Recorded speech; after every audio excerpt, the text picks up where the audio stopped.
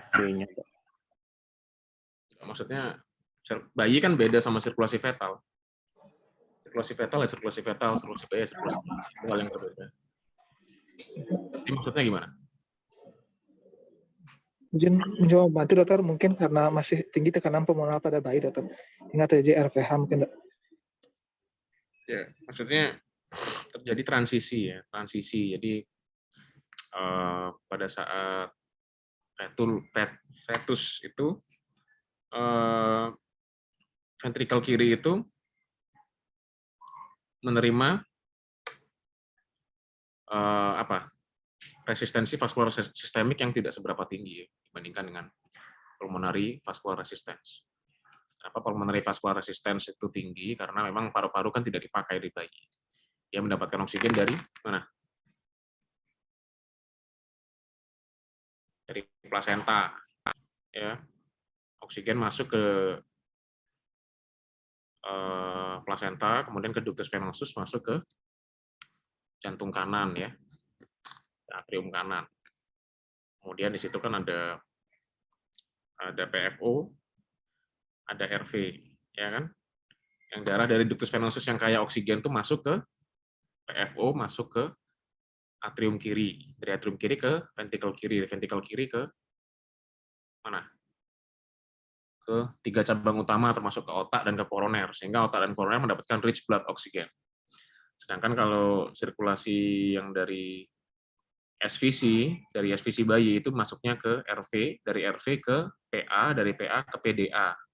Karena PDA-nya terbuka, PDA right to left. Nah, itulah jantung kanan mendapatkan venous return baik dari vena cava inferior dan superior.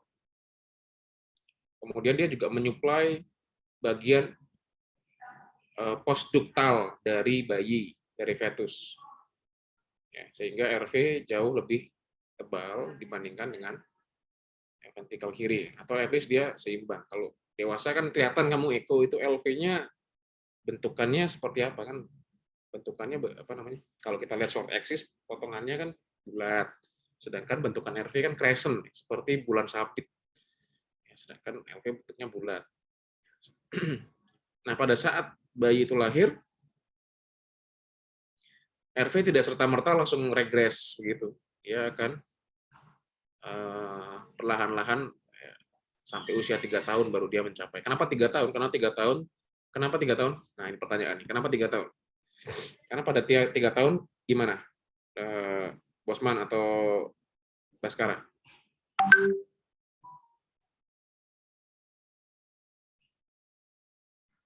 3 tahun adalah angka yang keramat, karena 3 tahun itu pasien dengan univentricular fisiologi dilakukan operasi fontan juga. Kalau univentricular fisiologi dilakukan fontan pada usia 3 tahun. Jadi 3 tahun karena pada saat 3 tahun itu mostly anak itu maturasi parunya udah sempurna, sama kayak orang dewasa ya.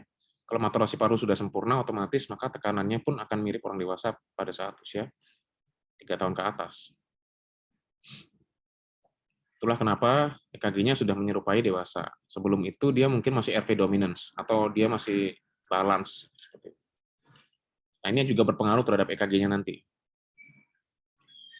Jadi kalian memahami sesuatu itu berdasarkan mulai dari fisiologiknya seperti apa.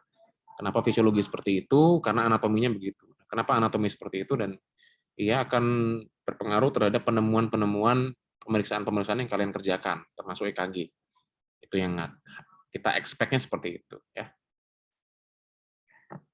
Oke, lanjutkan dulu. Izin melanjutkan dokter, untuk EKG-nya itu biasanya menunjukkan RAD pada di sini EKG pada usia infant 1 minggu dibandingkan dengan yang dewasa. Jadi pada EKG ini biasanya menunjukkan adanya right axis deviation dengan gelombang R yang dominan di sadapan prekordial kanan, dan biasanya gelombang T di V1 negatif, dan juga gelombang T tegak di V1 pada kelompok usia ini. Jadi menunjukkan adanya hipertrofi ventrikel kanan. dan adanya gelombang R di dominan di V1 dan V2 pada anak-anak antara usia 1 bulan dan V5 sampai V6 pada anak yang usia 3 tahun. Untuk pada dewasa, biasanya progresi untuk R per S di tipe dewasa itu tinggi pada V5 dan V6. Jadi jarang terlihat pada bulan pertama kehidupan. Sebentar.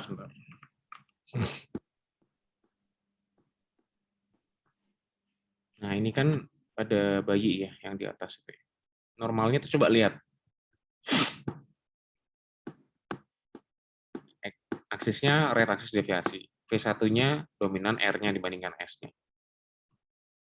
Ya. Ya enggak? Jadi jangan sampai kamu EKG bayi usia 1 bulan, terus ketemunya seperti itu, kalian bilang RVH. Itu salah. Jadi kalian harus mengetahui kriteria RVH pada tiap-tiap umur. Ya, tapi itu adalah bentukan normal dari EKG bayi, seperti yang kalian lihat di pojok kiri atas ya. Kemudian yang bawah itu pada dewasa. Itu aksisnya udah aksis normal dengan progresi R per S rasio dari V1 sampai V6. Kamu lihat di antara V3 V4 itu ada namanya transition, normal transisi.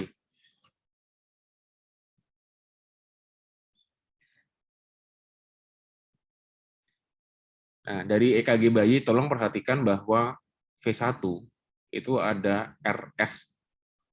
Jadi tidak ada Q di V1. Dan di V6 itu ada Q kecil. Ya enggak? Iya, Dok. Nah, itu tolong diperhatikan dulu satu ya. Ntar saya mau bahas itu. Oke, next. Jadi untuk penempatan lead EKG ini kurang lebih sama seperti pada dewasa. Ini sedikit tentang standar untuk kalibrasi EKG dengan kurang lebih sama seperti dewasa, Dok. Kemudian berlanjut untuk yang sekuensial ECG analisis. Di sini yang perlu diperhatikan yang pertama adalah rate dan rhythm, kemudian origin pacemaker, P-wave and axis, QRS axis deviation, chamber localization, dan chamber hypertrophy and enlargement. Oke. Perhatikan baik-baik, itu ada namanya chamber localization. Ya. Terus ada origin of pacemaker.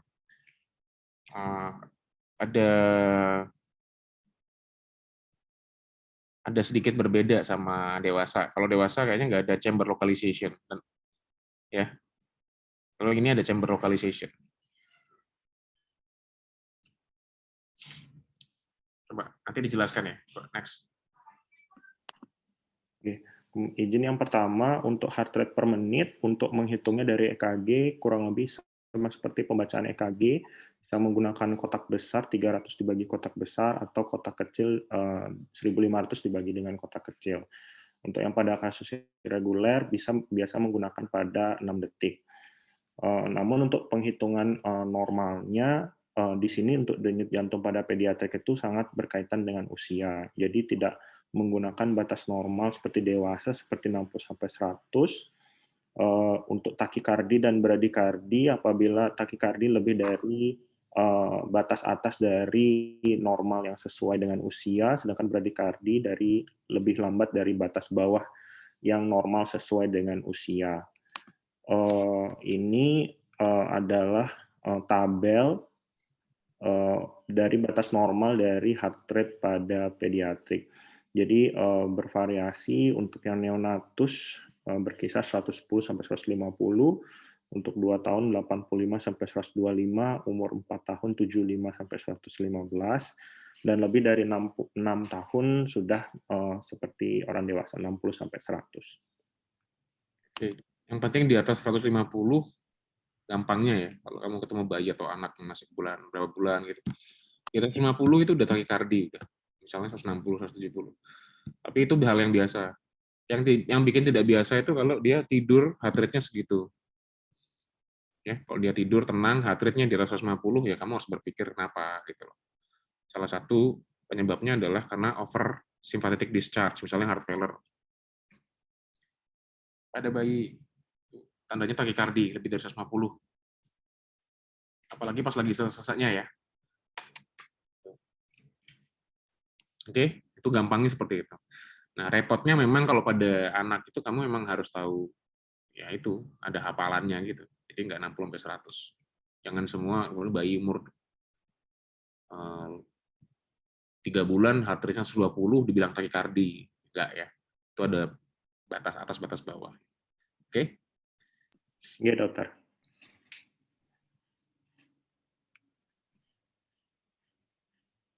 Lanjut. Izin melanjutkan dokter untuk ritmenya di sini untuk norma sinus ritm apabila adanya gelombang P yang memang berasal dari SA node, di sini biasa dari aksis 0 sampai 60 derajat defleksinya bisa dilihat di 1 dan AVF, dok.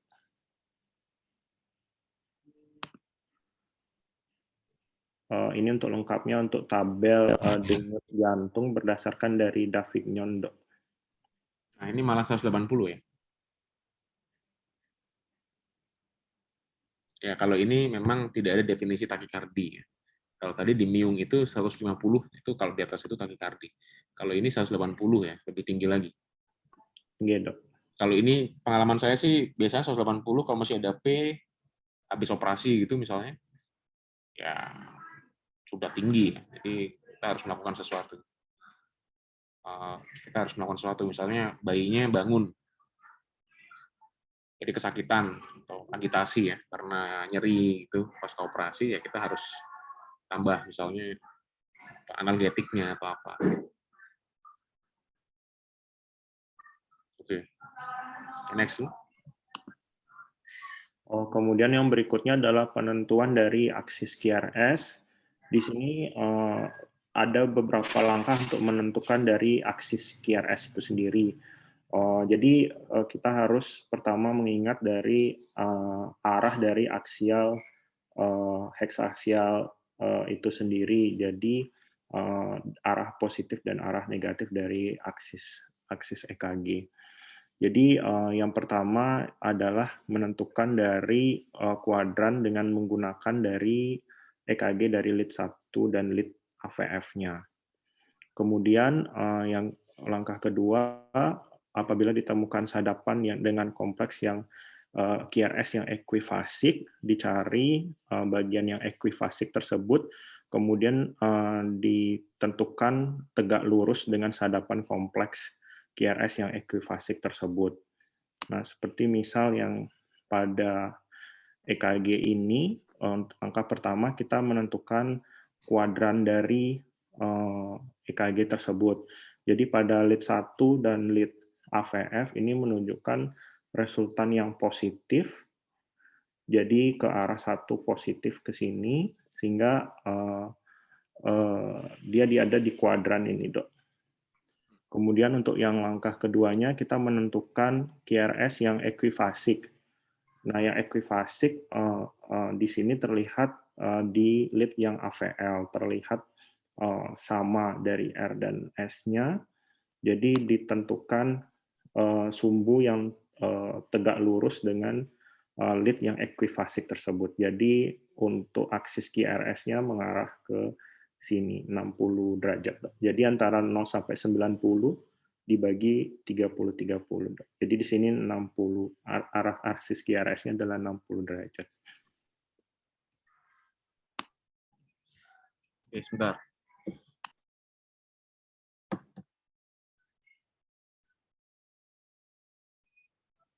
Kalau misalnya tidak ada yang ekvifasik gimana?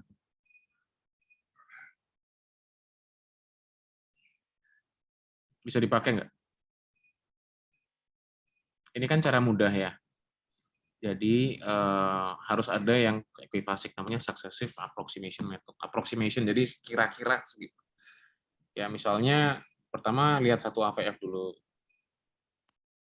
Nah kalau di sini sama Prof. Ganesha, kamu tidak bisa bilang RAD, kamu tidak bisa bilang LAD kalau pakai diatrik. Kamu harus sebutkan berapa derajat, atau at least kira-kira berapa derajat gitu loh. Nah kalau yang apa namanya? Kalau yang seperti ini, kamu menentukan dulu kuadrannya gimana. Kalau satu sama AVF sama-sama positif kan berarti kuadran 0 sampai 90 derajat. Terus cari yang ekvivasik. Nah, kebetulan tadi yang dicontohkan sama Dr. Bosman itu AVL-nya yang ekvivasik. Maksudnya ekvivasik apa?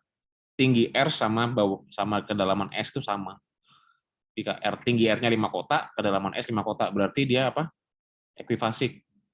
Cari yang tegak lurus dari lead tersebut. Nah, karena ekvivasik adalah AVL, maka cari yang tegak lurus dengan AVL. Apa? Ada plus 60, ada minus 120. Ya kan? Dari yang plus 60 sama minus 120, mana yang di area 0 sampai 90? Yang 60-nya. Plus 60, sehingga kita bisa 90. menentukan bahwa aksisnya adalah plus 60. Kalau ada yang ekvivasik, dan kebetulan yang ekvivasik adalah AVL.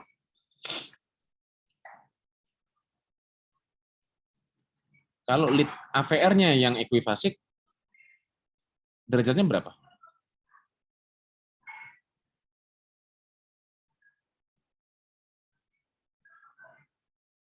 Oh, Niki dengan satu AVF-nya masih positif nggak, Dok? Ya, betul, positif, AVR-nya ekvivasik.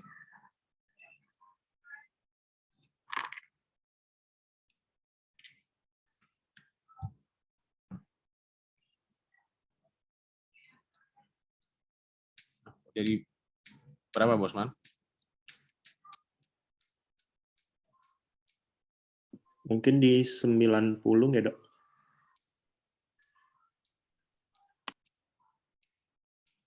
Satu AVF positif, AVR-nya ekvivasik.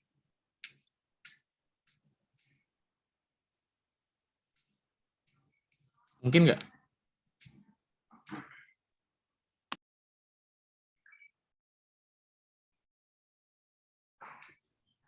Sepertinya kurang sesuai sih, Dok, kalau dengan AVR. Ya berarti nggak mungkin ya. Pasti ada nggak ekvivasik banget. Jadi nggak. Yang tegak lurus sama AVR tuh apa? Lead 3 sama plus itu kan tidak ada yang ada di area 0 sampai 90 derajat ya. Nah, kalau misalnya 1 sama AVF-nya positif, lead 3-nya ekvivasik. Derajatnya berapa? 1 sampai lead 3-nya ekvivasik. Derajatnya berapa? Jadi 30 nggak, Dok? Ya, oke gitu ya. Yang tegak lurus dari 3 adalah 30 derajat. Dan dia ada di area 0 sampai 90 derajat. Ya, berarti Bosman udah bisa ya nentuin aksis secara successive approximation method ya. Oh, nggak, Dok. Kira-kira seperti itu ya. Yang lain ya. Yang lain udah bisa saya harap nih. Dasar ya, kita bicara basic. Okay, next. Kemudian untuk penentuan hard axis di sini untuk rentang normal untuk sumbu QRS itu bervariasi sesuai dengan usia. Jadi untuk pada bayi baru lahir biasanya aksisnya dengan right axis deviation yang mendekati sekitar 50 derajat dan mendekati usia orang dewasa sekitar 50 derajat pada usia 3 tahun. Nah, di sini pembagian kriterianya adalah untuk yang left axis deviation itu apabila aksis QRS-nya itu di bawah dari batas normal untuk usia pasien. Jadi pada kasus ini biasanya pasien ada dengan hipertrofi dari ventrikel kiri, LBBB atau hemiblok anterior kiri. Sedangkan untuk deviasi dari aksis kanan itu apabila sumbu QRS-nya itu lebih dari batas normal untuk usia pasien. Biasanya pada pasien dengan RVH dan RBBB dan sumbu QRS yang superior. Jadi gelombang S-nya lebih dari gelombang R pada AVF. Jadi pada kasus ini dia overlap dengan LAD dan hemiblok anterior kiri, dan hemiblok anterior kiri dalam kisaran 30 sampai 90 terdapat ada defek bantalan biasanya pada defek bantalan endokardium dan atresia trikuspid atau dengan RBBB. Jadi ini inti dari yang kita bicarakan, salah satunya adalah melihat aksis. Karena ini yang paling salah satu yang cukup berbeda dengan dewasa, bahwa kriteria LAD dan RAD atau left axis deviation dan right axis deviation itu dilihat berdasarkan umur. Ada batas normal untuk usia pasien ya. Tuh, tabel kiri bawah itu. Jadi tolong nanti slide ini di-share di grup Ilmiah Karna ya. Baik, dokter.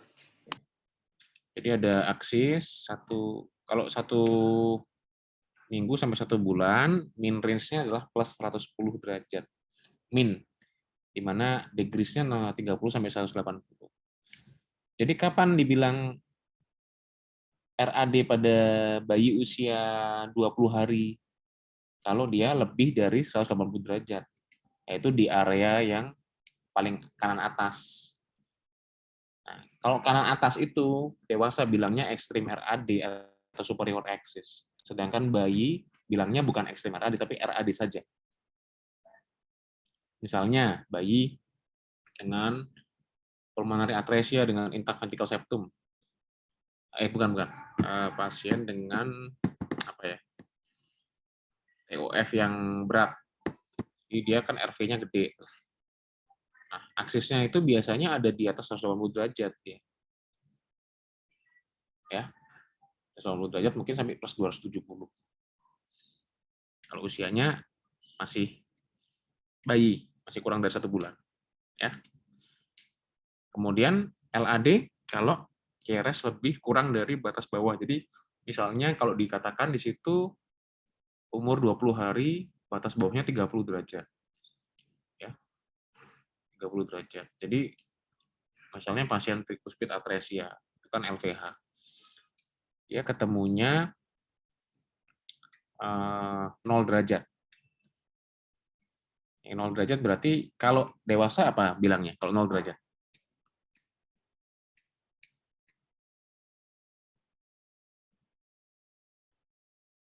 Kalau aksesnya di 0 derajat, dewasa bilang apa? Nah, sebentar. Saya nanya yang ini aja deh, yang junior aja dulu. Siapa ya? Andre. Andre ada? Gitu. Andre, kalau misalnya dewasa aksisnya 0 derajat, bilangnya apa? Normal aksis kah, LAD kah, RAD kah, atau extreme aksis?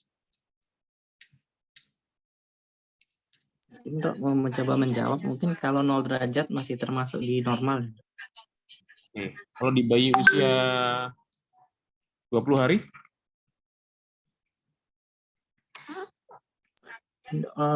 Mungkin kalau di bayi karena harusnya aksisnya ke kanan, kalau di 0 derajat tidak normal ya. Bukan aksisnya ke kanan. Itu lihat tuh ke kiri bawah itu. Ada tabel. 20 hari kan 1 week sampai 1 month. Normal min range-nya berapa? Min range-nya kamu baca itu. In range 30 derajat positif sampai 180 derajat positif. Jadi kalau 0 derajat namanya apa? Left axis ya. Iya, kan udah gitu doang kan gampang ya. Cuman Gitu. malesnya kita tuh kadang kita nggak ngelihat tabel di bawah itu sehingga nggak hafal. Saya pun sebenarnya nggak terlalu hafal, nggak hafal juga. Gitu. The point is, aksis pada bayi itu berbeda dengan dewasa. Jadi ada yang namanya min range berdasarkan usia, ya. Tuh. Di atas 3 tahun baru mirip dengan aksis pada orang dewasa. Ada pertanyaan nggak?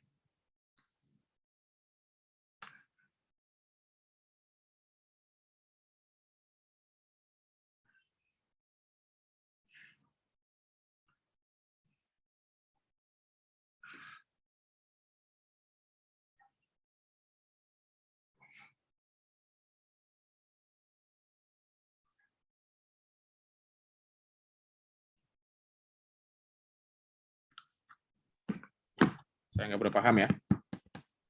Oke. Lanjut. Izin melanjutkan. Untuk yang berikutnya, ini penentuan dari P-wave, seperti yang pembacaan EKG normal, tingginya kurang dari 2,5 dengan durasi 0, dengan biasanya positif di lead 1 dan lead 2, negatif di APR.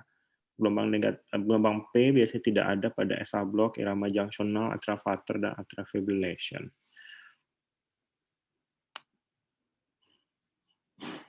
Untuk yang ini kurang lebih sama, ada P pulmonal pada RAE, P mitral pada LAE, dan combine pada biatrial enlargement. Oke. Ya udah lanjut. Ini ada izin untuk right atrial hypertrophy, ini kriterianya untuk tau P-wave lebih dari 3 mm atau P pulmonal. Untuk left atrial hypertrophy dengan gambaran dari P mitral, kemudian biatrial hypertrophy bila ada kombinasi dari keduanya, Dok. Oke. Itu contohnya ya. Sekarang saya mau tanya, kalau situsnya inversus, P-nya gimana? Tahu situs inversus kan? Mungkin kalau situs inversus terbalik ya, Dok. Balik semua.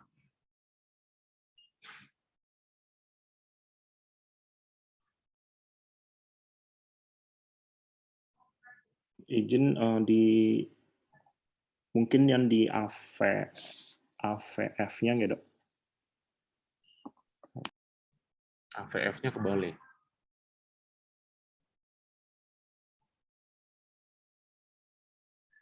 Kalau AVF kebalik artinya apa ya? AVF itu kan mid inferior.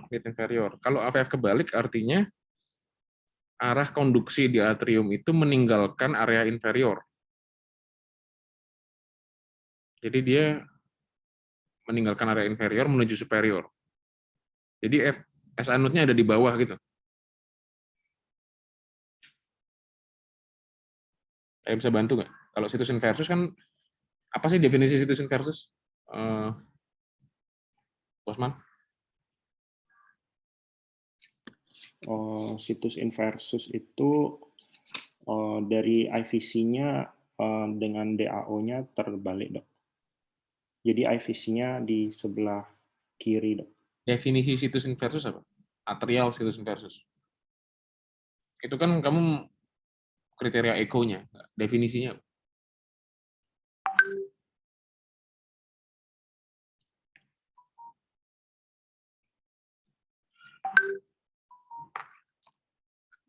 Itu gambaran dari atrium terhadap ininya, Dok, terhadap organ-organ sekitarnya, Dok.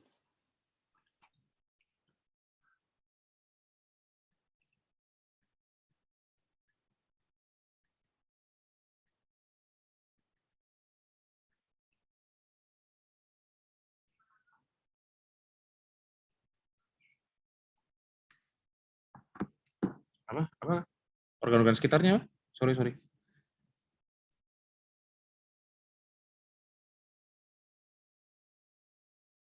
Wah, gimana Bosman ini? Bisa bantu nggak? Apa definisi situs inversus? Izin mencoba menjawab data situs inversus, posisi LA berada pada sisi kanan dari pasien, serta RA berada pada sisi kiri dari pasien datar.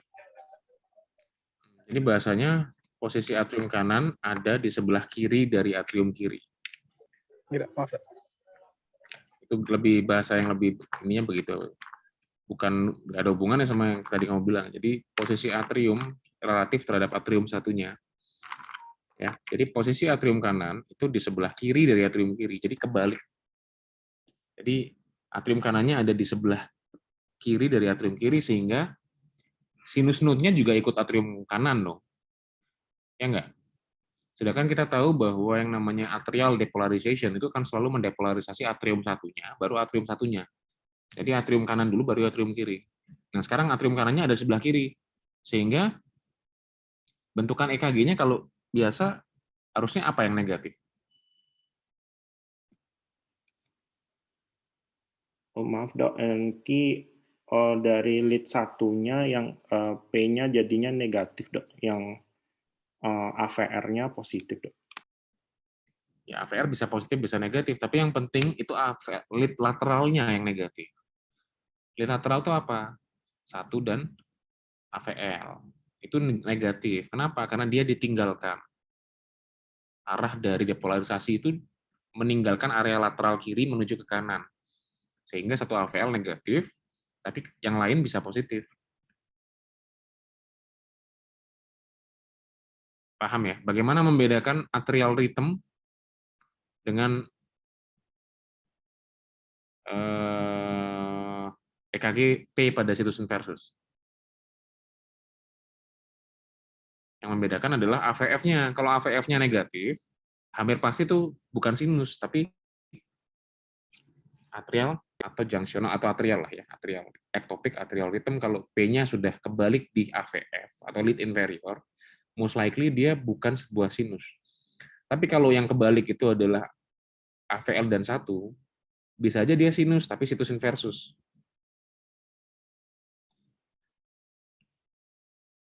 Ngerti maksud saya nggak? Gitu. Ya, seperti itu.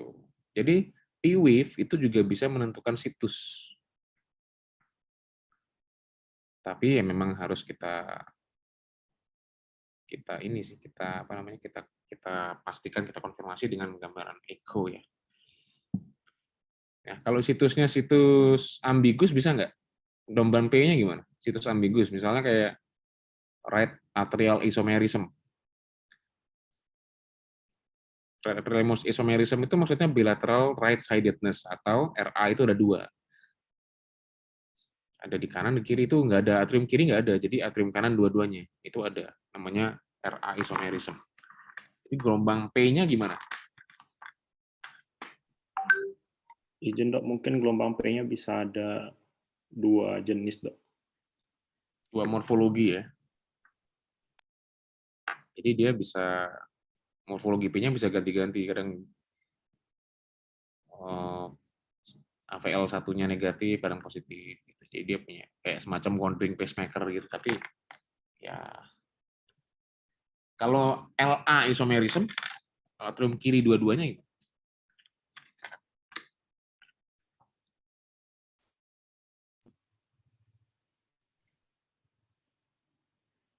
Mungkin aksis P-nya lebih ini ya dok, ke superior. Ya, superior mungkin ya dok. Kok bisa? Jadi kalau RA isomerism itu sinus node-nya ada 2, bisa satunya regress diminutif, bisa masih aktif. Jadi sinus node-nya bisa, yang jelas ada satu sinus node, satu lagi bisa aktif, bisa pasif. Kalau yang pas aktif dia bisa wandering pacemaker atau dua gelombang P muncul dalam satu pasien. Kalau LA isomerism, sinus node-nya biasanya nggak tumbuh bagus, sehingga dia terjadilah namanya irama escape rhythm. Dari bawahnya apa? Atrium, bisa junctional. Sehingga pada LA isomerism itu sering terjadi masalah rhythm disturbances. Ya. Dan kalau sinus node-nya dia nggak bagus, biasanya AV node-nya juga kadang-kadang nggak bagus, sehingga pasien dengan LA isomerism itu beberapa persen itu terjadi total AV block kongenital. Tapi yang jelas P-nya itu tidak normal. P-nya itu atrial rhythm biasanya. Ya, pada LA isomerism.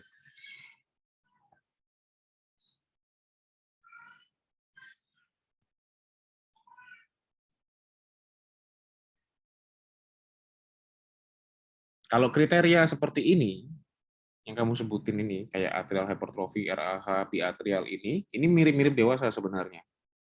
Jadi kamu tidak akan menemui kesulitan kalau melihat EKG dengan atrial hypertrophy. Tapi yang kamu harus tahu adalah P itu bisa untuk menentukan situs dan origin of pacemaker, itu yang penting. Ya. Iya dok.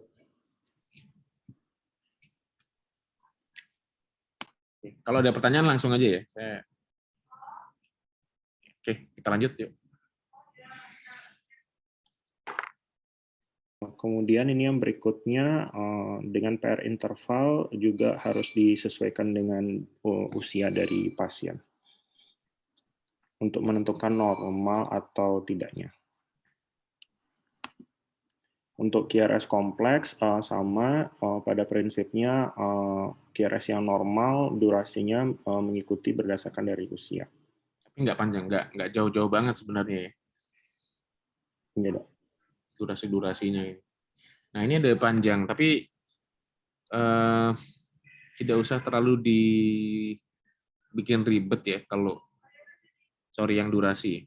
Coba yang durasi. Sebelumnya, slide sebelum.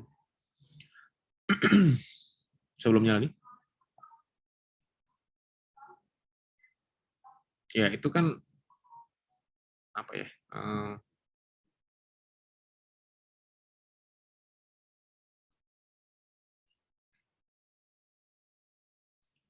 Ini sih sebenarnya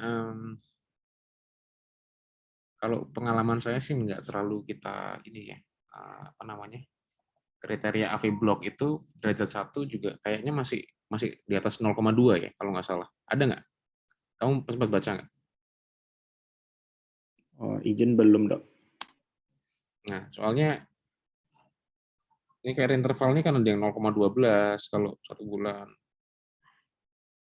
Ini juga kita sebenarnya sejujurnya kita jarang perhatikan ya PR interval ini. Biasanya kenapa? Karena heart rate bayi itu kan cepat, jadi PR interval menjadi sesuatu yang jarang kita perhatikan, kecuali karena saking cepatnya P-nya itu dekat banget sama gelombang T. Jadi di situ kita udah bisa curiga mungkin ada AV block. Nah, disitulah baru kamu lihat sebenarnya berapa normalnya PR interval pada bayi segitu. Kalau P-nya nggak kelihatan atau P-nya numpuk dengan gelombang T, itu kamu sudah harus waspada bahwa terjadi yang namanya AV block. Ya. Jadi kalau melihat seperti ini kan kayaknya waduh ribet banget, saya harus 1 bulan, 5 bulan. Itu PR intervalnya beda-beda gitu. Oke, itu cara gampang seperti itu. Oke, next. Ya, Dok, izin melanjutkan. Nah, QRS kompleks juga nggak terlalu banyak berbeda. Nah, ini yang durasi ini yang agak ribet karena ini menentukan memang dari kriteria ventricular hypertrophy.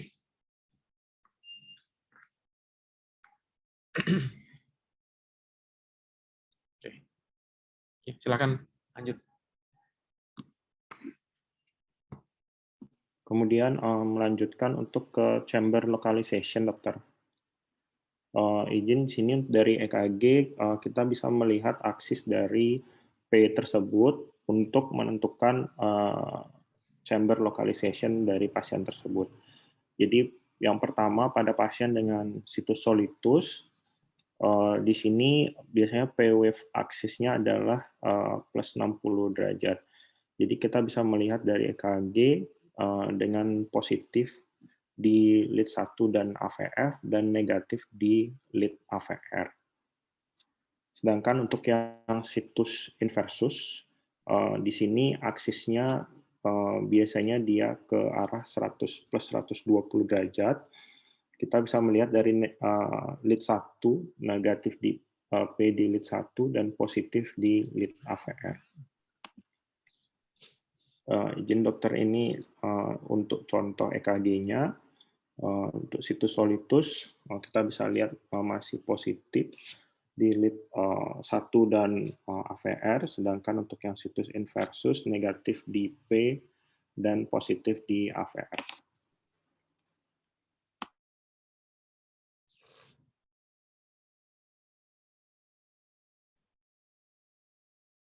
Oke, lanjut. Untuk yang berikutnya, ini yang untuk RA isomerisme dan LA isomerisme. Di sini pada RA isomerism di sini keduanya adalah gambaran dari RA sehingga kemungkinan bisa muncul 2 morfologi dari sinus node. Kemudian untuk LA isomerisme, di sini untuk sinus node-nya biasanya absen atau hipoplasia. Jadi biasanya diambil alih dari yang di bawah atriumnya.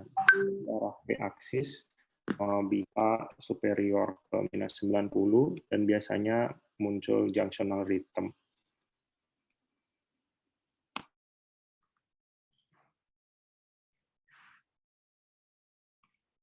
Ini untuk chamber hypertrophy dengan right ventricular hypertrophy dan left ventricular hypertrophy. Di sini ada beberapa kriteria.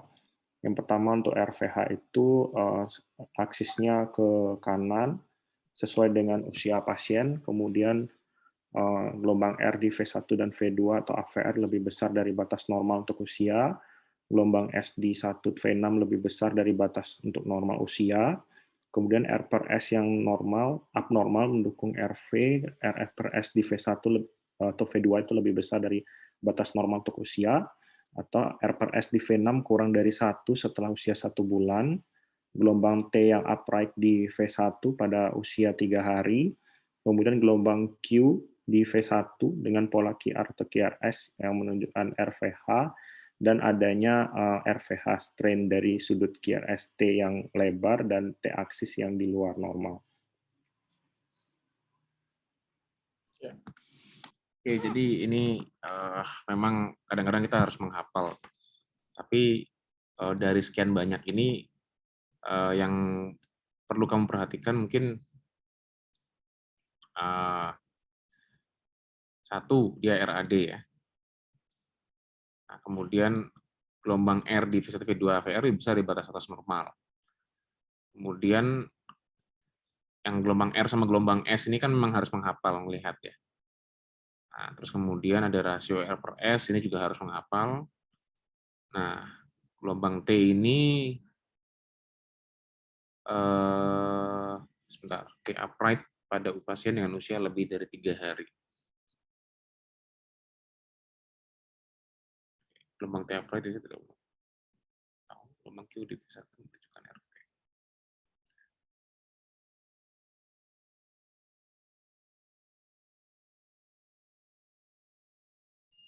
Jadi ini hafalan semua, mungkin kecuali yang di-7 ya.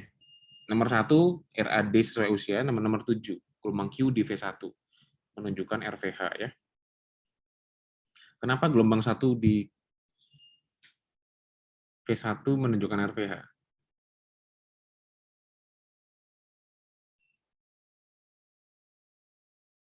Karena biasanya V1 itu menunjukkan depolarisasi apa? Septum. Kalau Q1-nya ada Q-nya, berarti septum itu harus didepolarisasi lebih panjang. Jadi dia akan lebih tebal septumnya. Kalau Q-nya semakin dalam, maka semakin tebal septum itu. Jadi yang itu lebih menunjukkan adanya RVH juga. Kalau disertai dengan tentu saja ada aksis RAD pada bayi tersebut. Ya.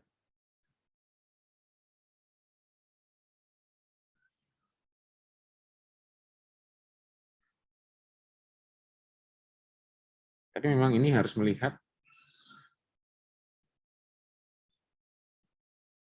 tabel dari usia dibandingkan terhadap tingginya R maupun R per S rasio. Cuman kriterianya nggak usah kamu ambil semua. Biasanya yang paling sensitif itu adalah gelombang R-nya. Jadi ngelihat gelombang R di V1, V2. Kalau gelombang R di V1, V2 lebih tinggi dan disertai aksis RAD, udah nggak usah lihat kriteria lain. Itu udah kamu bisa sebut RVH lah. Ya. Jadi hanya lihat gelombang R di V1, V2 sama adanya aksis RAD. Kalau aksis kan kamu harus tahu tuh. Kalau aksesnya sudah tahu kamu RAD, kemudian disertai dengan gelombang 1 yang sangat tinggi, lebih dari usia, di lead V1 dan V2, itu udah kita sebut sebagai RVH. Ya. Maka kriteria yang lain, kamu bisa nggak usah lanjut ke kriteria berikutnya, nggak usah. Ya. Itu gampang seperti itu. Oke. Next lagi.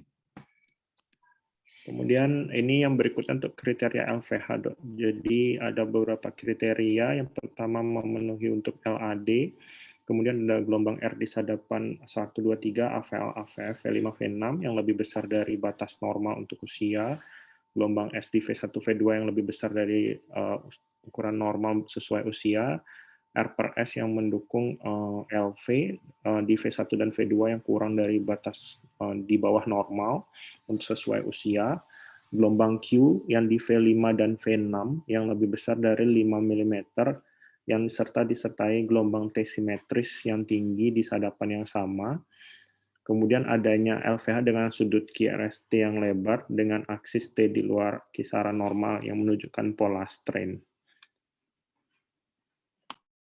Oke, jadi mirip-mirip seperti RVH, ini juga sama. Jadi satu ada kriteria LAD. Ini kan sudah nyari akses, sudah ketemu LAD.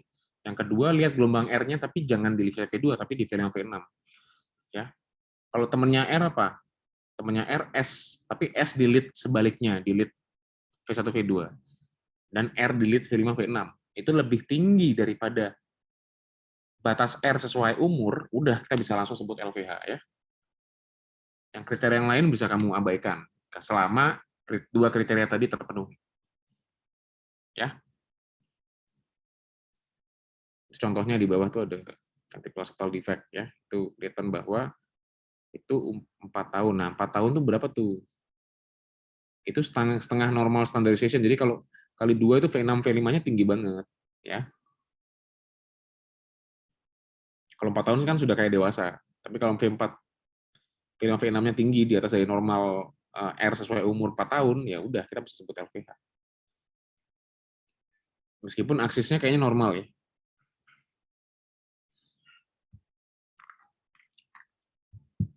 Oke.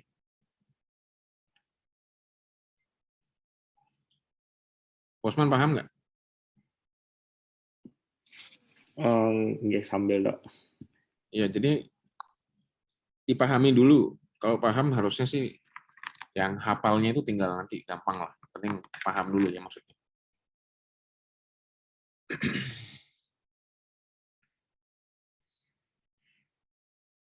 Oke, next lagi. Kemudian untuk kriteria biventricular hypertrophy, ada positive voltage kriteria untuk RVH dan LVH jika tidak ada bundle branch block atau preeksitasi.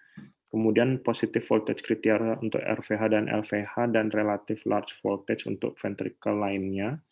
Kemudian kompleks QRS yang ekvifasik yang besar di 2 atau lebih sadapan ekstremitas dan di sadapan mid precordial V2 V5 yang biasa disebut fenomena Katz-Wachtel dengan durasi QRS yang normal. Di Ya, sini kalau biventricular hypertrophy ini terkenal namanya Katz-Wachtel phenomenon, dan itu kamu lihatnya di sadapan prekordial yang V2 sampai V5 itu atau ya. V2, V3, V4 atau V5, bukan dan. Jadi salah satu itu kalau kamu menunjukkan gelombang R dan S besar yang totalnya lebih dari berapa? 50 ya kalau nggak salah. 50 ya, bener ya? Seingat saya 50. Kalau udah lebih dari 50 di salah satu sadapan itu, di V2 sampai V5, itu udah kita bilang sebut sebagai Katz-Wachtel phenomenon, dan itu namanya biventricular hypertrophy. Misalnya pada pasien dengan large ventricular septal defect dengan pH atrium ventrikel kanan dan kirinya sama-sama besar.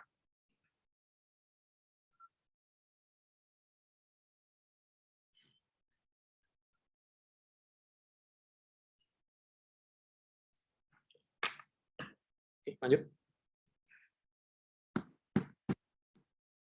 Oke, sekian dokter untuk EKG-nya, Dok. Oke, saya mau tambahkan sedikit tentang kita bisa menentukan konkordansi dari AV.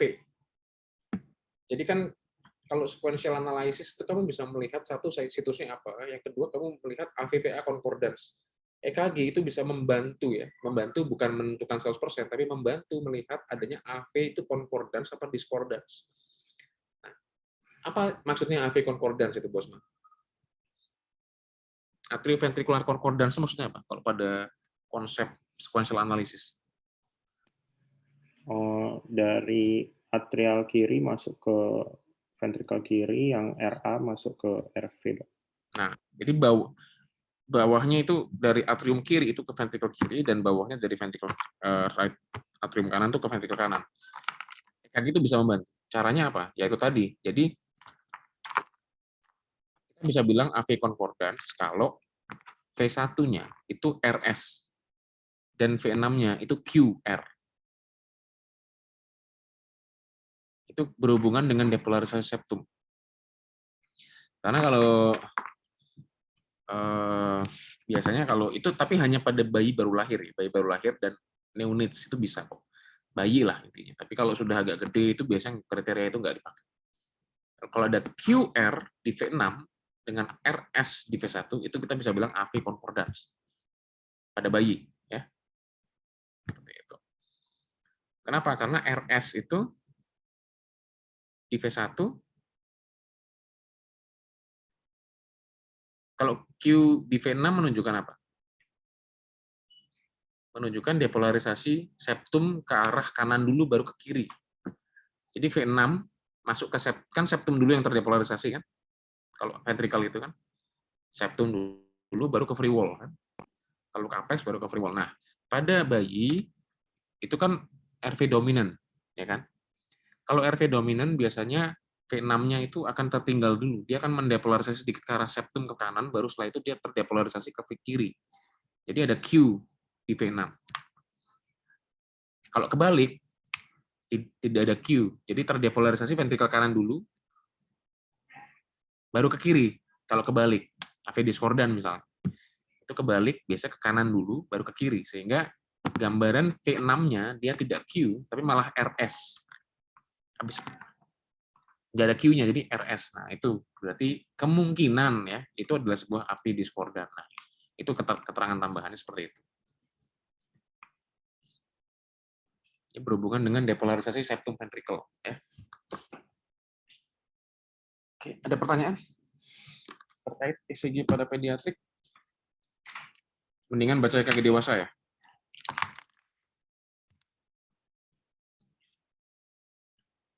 Gimana Bosman? Mendingan baca EKG dewasa apa EKG pediatrik? Mungkin belum terbiasa aja, Dok. Wah, bener.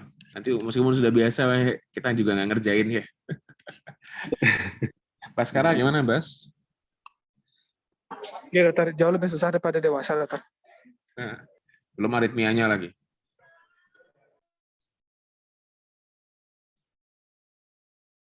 Kamu tertarik IP nggak? Elektrofisiologi tertarik nggak? Mempelajari IP itu. Dokter. Tapi belum melewati stasa, jadi belum benar-benar mengalami itu IP. Berarti biasanya sih ada tipe-tipe residen yang benar-benar suka ECG ya. Jadi gini, kalau saya membagi, ada beberapa residen yang saya lihat misalnya tuh masuk sudah dengan ilmu ECG yang mumpuni banget. Bagus banget ilmu EKG-nya. Saya beberapa orang ada yang seperti itu. Suka banget sama EKG. Tapi tidak pernah saya satupun melihat pas residen semester 1 sudah tertarik ilmu pediatrik. Nggak pernah ada. Kalau ilmu EKG, ilmu IP ada, tapi ilmu pediatrik nggak pernah ada saya lihat. Kenapa begitu kira-kira ya? Pediatrik kardiologi ya? Ribet ya? Jadi mungkin karena jarang terekspos kasusnya waktu internship, Dok. Makanya jarang mempelajari juga jadinya. Iya, iya. Uya, gimana Uya? Udah paham belum? Chief harusnya udah paham ya.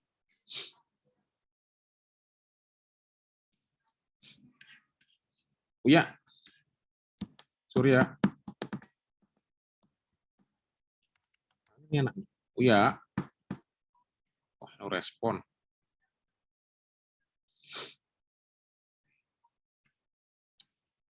Dengerin apa enggak sih Uya? Ntar aku tanya nggak ngerti lagi.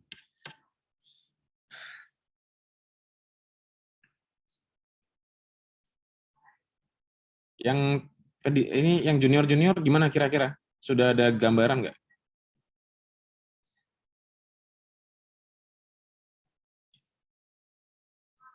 Halo, siapapun?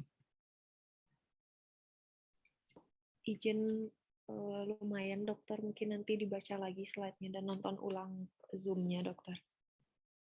Ya, jadi kamu kalau stase pediatrik, ini banyak ya, kamu ngerekam apa yang saya kasih tahu. Slide yang kalian buat sendiri itu kalian dengan ada tambahan dari saya harusnya udah cukup untuk mempelajari basic-basic pada pediatrik kardiologi ya. Termasuk kuliah modul. Kuliah modul itu kan satu persatu penyakit saya bahas. Benar-benar saya bahas satu persatu. Ya, mungkin nggak 100%, tapi 70% lah. Apa yang saya tahu saya kasih ke kalian. Ya kan? Itu jangan take it for granted loh. Jadi kalian harus benar-benar paling tidak pas stase pediatrik kalian kuasai pediatrik kardiologi. Karena kuliah modul itu basic teorinya di situ. Teori, kalau praktek nanti pada saat stase kamu akan dapatkan itu ya. Yang penting kenapa EKG itu saya harus ajari? Kenapa? Karena saya tidak mau kalian hanya terjebak pada yang namanya eko saja. Kenapa? Karena EKG itu kalian terkecoh nanti misalnya ada pasien dengan heart failure, kalian lihat ekonya tanpa baik-baik saja, kalian akan bilang itu bukan sebuah heart failure, tapi ternyata heart rate-nya 185-200 kali per menit. Begitu dilihat ternyata SVT atau mungkin AVNRT lah apalah gitu. Nah, jadi itu jangan dilupakan ilmu EKG pada pediatri. Meskipun saya tahu bahwa stase juga rasanya jarang lihat EKG kan. Ya enggak? Bosman atau Jarang, dokter. ya jarang karena nggak dikerjakan. Harusnya kalian kerjakan juga. Nggak usah nunggu perawat, kalian aja yang kerjakan. Lihat. Oh ya, satu lagi. Ini yang kok saya lupa ya. Siapa yang PPDS yang standby pada saat ini ya? Pada saat workshop backup yang pediatrik kardiologi. Saya lupa nyimpen. Coba hubungi saya. Nanti jadinya kalau kasus itu saya aja deh yang maju ntar. Jadi ada 2-3 kasus. Jadi saya sebagai moderator sekaligus yang maju case buat workshop backup. Selamat siang, dokter. Izin saya LO-nya dokter dengan Sasmita saya, dok. Oh iya, sorry. Kamu coba WhatsApp saya ya. Oh gitu. Nanti saya izin sudah dibuatkan untuk case discussion-nya dibantu oleh dokter Baskara, dok. Nanti izin saya permakluman ke dokter untuk case-nya, dok. Oh, sudah ada case ya? Iya, dokter. Udah boleh lah. Saya kasih satu case dari kalian, terus satu case dari saya deh, ya. Iya, baik, dok. Ya udah, itu aja. Ntar waktu 30 menit kan 2 case cukup lah ya.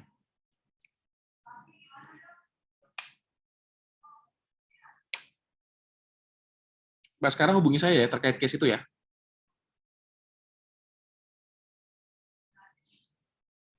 Mbak, sekarang. Oh, iya dok, nanti izin saya sampaikan dok. Ya, tolong kasih tahu case-nya itu biar saya bisa siapkan buat hari Sabtu ya. Oke. Ada pertanyaan? Nggak ada?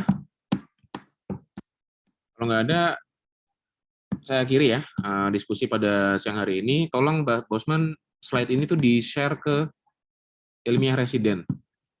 Biar bisa diakses semua teman-temanmu ya. Gitu. Dokter, izin untuk yang penentuan dari situs dan konkordansinya itu kalau boleh tahu referensinya dari mana nggak dok? Karena saya dapatnya dari slide-nya Dokter Adityo. Sedangkan saya cari juga untuk dari buku, dari Myung dan dari MOS sepertinya tidak ada sih dok.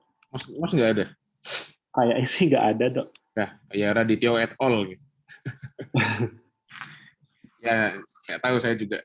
Itu saya terus terang itu turun-menurun dari sini, turun-temurun dari Prof. Ganesha. Prof. Ganesha mungkin juga tidak pernah nyebutin sumbernya, dan saya juga belum sempat mencari. Jadi, saya juga belum bisa jawab. Nanti akan saya coba cari, kalau memang ada. Oke dok, siap dok. Sementara seperti itulah, kira-kira. Ya dok, terima kasih dokter. Oke, kalau nggak ada pertanyaan, saya nggak udah paham.